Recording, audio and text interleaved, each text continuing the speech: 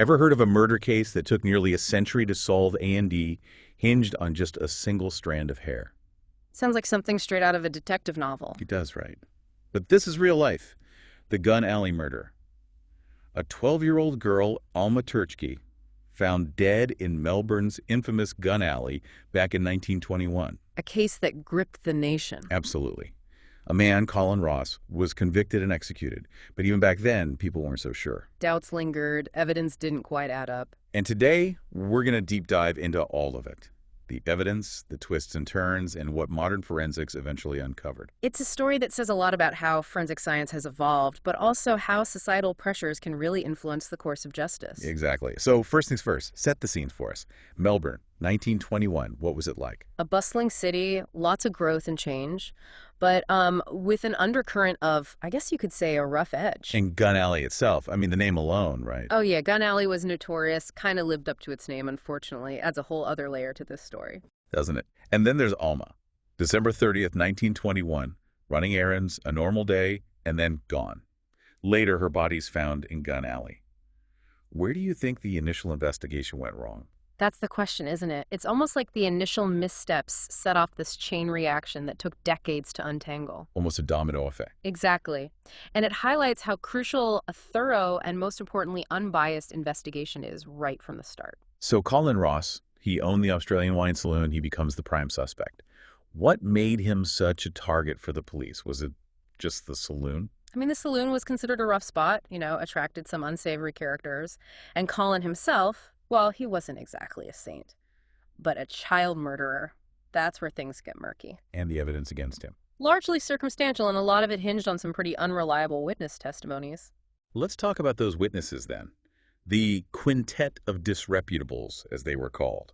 You've got Francis Upton claiming he saw Colin with blood on his hands, then Sidney Harding and Joseph Dunstan saying Colin confessed to them in prison. Pretty damning, no? Sounds that way on the surface. But when you look closer, their stories start to fall apart. Upton was a known drunkard, had a criminal record. Harding and Dunstan, they were hoping for lighter sentences. And let's not forget the reward money offered for information. It really makes you question their motives. And then there's Ivy Matthews and Olive Maddox, both connected to the saloon. They added fuel to the fire, didn't they? They did, but their testimonies were all over the place, changed over time, and there were hints that they might have even colluded. It's like they were trying to create a story rather than tell the truth. What I find strange is that there were witnesses who backed up Colin's alibi, said he was at the saloon all afternoon, but they were ignored. Why? It feels like the pressure to solve the case quickly, combined with, honestly, some societal biases against someone like Colin Ross, well, it might have led the police to just focus on the evidence that fit their theory. Tunnel vision. Yeah, exactly. But then you have that one piece of evidence that seemed undeniable at the time. The red hairs found on a blanket from Colin's saloon. That was pretty cutting-edge forensic science back then, right? It was considered groundbreaking, sure, but it also shows the limitations of early 20th century forensics. Hair analysis back then, it couldn't definitively link those hairs to Alma. They could tell you color, maybe a broad racial category, but not individual identification. So not as reliable as they thought. Not at all. And this is where the whole case takes a turn. Right. And the trial itself, from what I've read, it was a media circus. Did Colin even have a chance? Good question. The public was desperate for justice, and the media had already painted Colin as the villain. Did he get a fair trial? Or had public opinion already sealed his fate? It makes you think. And then there's Florence Rudkin, a red-haired woman convinced she was mistaken for Alma at the saloon. Even with that, and Colin's family fighting for appeals, nothing changed. It's tragic, really. It shows how, even when you have crucial details, they can get lost in the noise of a high-profile case, especially when there's this push for a quick resolution. So April 24th, 1922, Colin Ross, still proclaiming his innocence, is hanged. The Gun Alley murder seemingly closed, but as we know, that wasn't the end of the story. Not even close. Back again, and we're picking up with Kevin Morgan. Yeah. Our art enthusiast turned investigator. What does he find that really starts to shift the focus of this whole Gun Alley murder? Well, remember those witnesses who supported Colin's alibi, the ones that were kind of brushed aside? Yeah. They become crucial. One of them, a cab driver named Joseph Graham, he says he heard a young girl screaming on Little Collins Street, right? The afternoon, Alma disappeared. And get this, his story matches up with another witness all the way in Ballarat, who also heard a scream near Gun Alley. Two separate people, miles apart, hearing screams that could be Alma's. What does that say about the original investigation? It throws a huge wrench in the theory that Alma was lured straight to Colin's saloon. These screams suggest something else happened. Maybe Alma was taken or in trouble way before she even got near the saloon. It's like the pieces are starting to move around, And a whole new picture is forming. Exactly. And then Kevin, he digs even deeper, starts looking into Alma's life and uncovers a family secret that changes everything. This is where it gets really disturbing, right? It does. It's like we're stepping into a whole other kind of mystery. Alma's younger sister, Viola, she starts talking about suppressed memories, nightmares. She had been targeted by someone, potentially a pedophile, within their own family. No way, someone in the family. Yeah, it's heavy stuff. George Murphy, her cousin's husband, Kevin starts to piece together this theory that maybe George had tried to, well, groom Viola and failed. And maybe, just maybe, he turned his attention to Alma, who was known to be more trusting. So now we have a possible suspect and a possible motive. What connects him, George Murphy, to Alma's disappearance and murder? Hard evidence is tough to come by, especially with a case this old, but the timing, it lines up.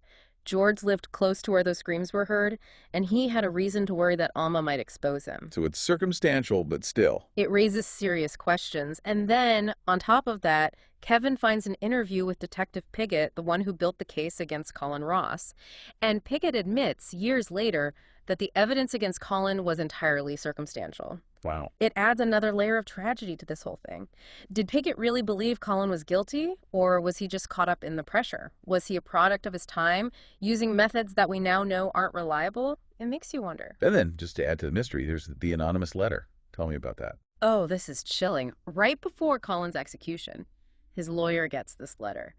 The writer, they're hinting at a guilty conscience, like they're tormented by what they've done, and they even talk about ending their own life. It's like a ghost from the past is reaching out. It's like this case, it just keeps getting deeper and deeper. It does, and it shows how truth can be buried for years, even decades. We've been through a lot with this case. Colin Ross, wrongly convicted and executed, finally pardoned after 86 years. But what about Alma, the true victim? She never got justice. It's a sobering reminder that sometimes, even when the system tries to correct its mistakes, the real damage can't be undone. It makes you think about the weight of those disreputable witnesses, Mm-hmm. Despite all their inconsistencies, their motives, they were the ones believed. Why? I think it speaks to how easily narratives can take hold, especially in a case like this. The public, maybe even the police, were ready to believe that a rough saloon owner was capable of this horrible crime. It fit the picture they had in their minds. Makes you wonder, how often does that happen? Yeah, how often do we see what we want to see? And then there's Detective Piggott. He was considered a pioneer in forensics, but his reliance on that hair evidence, it was flawed. It really highlights how even the most well-intentioned experts can make mistakes. And the consequences, as we've seen, can be devastating. It's a lesson in constantly questioning even the things we think we know for sure.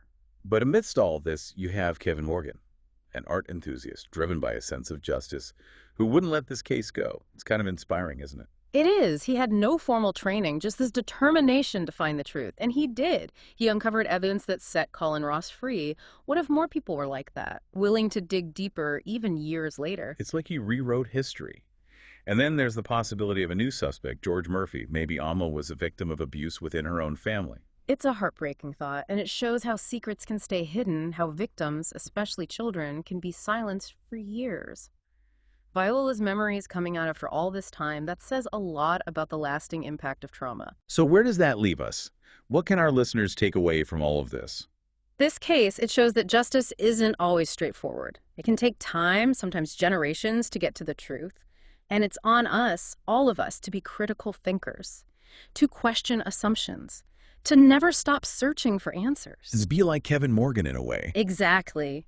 He reminds us that one person can make a difference, that truth matters, even decades later. And that's what this deep dive has been all about, right? Shining a light on a case that was almost forgotten, uncovering the truth, and hopefully learning from the mistakes of the past. It's a story about justice, about resilience, and about the power of one person to make a difference. And it's a story that stays with you long after the details fade. Thanks for joining us for this deep dive into the Gun Alley murder. We'll be back next week with another fascinating case.